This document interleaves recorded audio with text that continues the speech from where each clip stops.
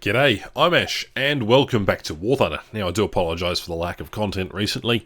I have not been feeling in the mood for doing anything, but if you haven't kept up with the times, and I'm pretty sure most people are aware that there is a 2019 Battlefield Engineer event going on where you can, win yourself some exclusive vehicles, and obviously there's a trade market involved, and let's not really go into that. This is the VFW. And it's not the first event that we've had, which is a build-a-thon. When I mean a build-a-thon, the very first event that you had to build something was one of these. This is the vehicle you got in the end. This is the Furry Tiger. Essentially, you had a bunch of parts that needed to come together on a certain recipe, and then they built bigger parts and so on and so forth. This was the IS-7. It was one of those other build-a-thon. You had to build absolutely everything, and there was thousands of parts involved, and it was only available for about a week, and you had a week to grind it all. And obviously, there's going to be further videos on other exclusive vehicles like this, the HMS Tiger, and there is obviously going to be a video on the Merkava as well. Now, I've got these for test drives. A lot of the other content creators will have them for test drives right now, so you can get a see for whether your grind is worth it or not. Anyway, today's video is not going to be about that. It's going to be about this thing. This is the VFW. It's a Rank 3 battle rating 5.7, and it is a Tier 3 premium. In the tech tree, it sits around just below the Fat Panzer, although above the Cosplay Panther. The most interesting thing about this vehicle is not what I've just mentioned, but more the fact that it has side skirts. Now, these side skirts can actually be removed. As you can see here, now it's kind of cumbersome, and in the current configuration right now, it's in the tank casemate model. Now, if I hit the modifications and come in here and uninstall the side skirts, you get, well, basically an unladen barge that is unwieldy and basically crush all your enemies. You're driving around like this. And I mean, I'm just disappointed that there isn't an option for this particular vehicle to have the option to keep them up or down as a keybind, or even at the very little, this wouldn't probably take too much, have an option for this particular vehicle when you go to spawn it in a match. Say you've got a particular city map, and you don't want to have the side skirts down because you're going to hit everything. Maybe you want them up for a little more protection, but in the same case, you can't traverse the gun 360 degrees. Now, it does have a Flak 41 cannon. It is an 88mm gun. Primary role is anti-aircraft. As such, it doesn't have a muzzle flash or a muzzle brake per se, because they want that shell to be going, after aircraft. Now, there is no proximity fuse high explosive shell. That's the other thing that I should mention, and we'll finish off going through the modifications. Comes with Panzergranate 3943. It's an APCBC shell, which is armor piercing capped ballistic cap shell. Fucking whoop-de-doo. Now, it's not nice in the fact that it's a high explosive shell. It will only do 13mm of penetration, but it does have an explosive mass of 1 kilo, so that's really the only benefit to that particular ammunition type.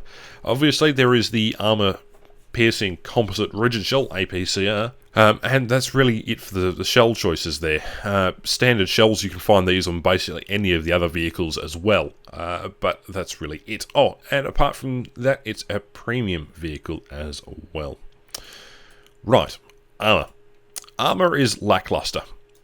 At most, you've got 20mm for the actual hull and chassis of the vehicle itself, and this is probably the thickest part of about the vehicle. The side skirts are 5mm, the back is 8. Even the gun shield is 12mm with another 12mm on either side. The thickest part about this particular vehicle is actually the breech itself. It's 300mm, although good luck, because again, it's the only really strong part. The other strongest part is the turret, in which the vehicle uses to traverse its turret, and that is 100mm. Of course, there is 50mm of structural steel. On the X-ray, all the ammunition is stored on the floor of the vehicle, and underneath that is all the fuel tanks. The engine is at the back, and the transmission is at the front. Ironically, there is a machine gunner in the left-hand position here. However, that's a problem. There is no machine gun, so I guess he's just extra crew. Now, there is 6 crew in total, and I think the most effective way for you to exactly take out this vehicle is shoot on the left-hand side of the horizontal of the primary weapon. You've got a loader, you've got a gunner, and you've got the commander. If you knock those 3 out, you will probably knock this guy out, and then knock the driver out. But it's going to take more than 1 to 2 shots. Again, everything is relatively spaced out, I suppose. Now, this vehicle does have a massive 26 tons. It's got a 360 horsepower engine and can do a max speed of 60 kilometers an hour, which is not bad for a vehicle of its size. But anyway, enough chatting. Let's get into some gameplay. Whoa! What the fuck is happening? Why am I in? Whoa! What is this? Excuse me? Game? Hello? Looks like my view is going to be obscured by this. I don't even know. I don't even want to know what's going on.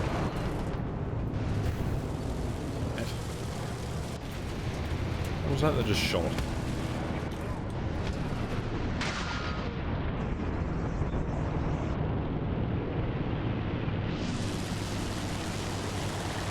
Nope. No, don't kill me. Bounce! Come on. No. Wasn't Dave, it was someone else. Doesn't matter. Man, that was satisfying. He bounced. How the fuck do you bounce off this thing? Yeah, by the time my gun stabilizes, I just fucking... No, stop shooting me, yak! And there he comes the P-47. Ugh. I don't have the gun depression, and now I can't move, because Hans, the transmission broke. There's another VFW in front of me who's gone toaster sides up. I wish there was a button for you to flap them up and down. Imagine that. Just sitting in battle with like a line of them and just opening and closing them. Just for fun. That'd be great. Also, why is the VFW yellow? It never was yellow. It never served in any form of Africa. It makes no goddamn sense why this bloody thing is yellow.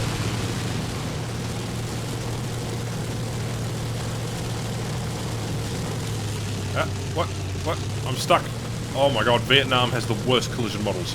My god, what is happening? Hello? I'm not even touching that tree. Fucking hell, Gajan. There is more of those kind of trees, though, on Vietnam. Like, a lot of the objects have huge hitboxes, and they've just been placed randomly.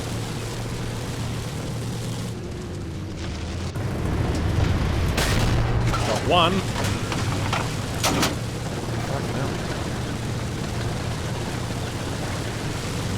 Where the hell's the rest of them?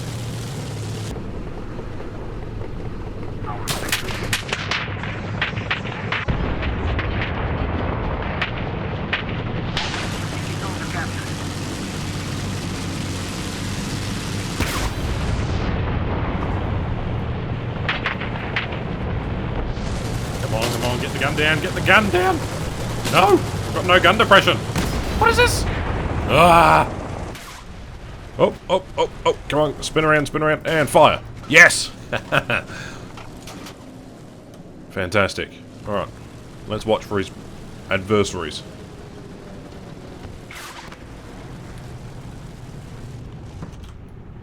Oh, damn it. 34 right there. I'll push up on that 34.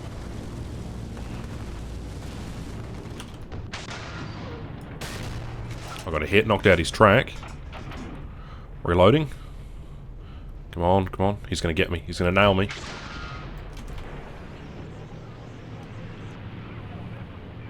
Just gonna pull over here. While he repairs, I'm gonna repair too. Oh, hang on. God damn it. Alright, pulling away. This reverse speed is absolutely going to be the nail in this thing. Right, he's going to put another shot into me here. No. How has he not killed me? Alright, there we go. Knocked out the gun. I'm going to pull back around the corner, hopefully. Ready? Angle, and angle, and angle. There, I hit the wreck. Thank you, aircraft, for protecting me. I'm just going to continue pulling back. Nice try. Alright, let's... Oh dear. So I thought I'd pass some final thoughts onto the vehicle. The past few clips have basically showing you what this vehicle is capable of. However, I do know many people who have got multi-kill games in this beast, and have been doing fairly well. Problem is, it's an anti-aircraft platform first. That means that it is not necessarily designed for tank-on-tank combat, which can be a bit of a problem.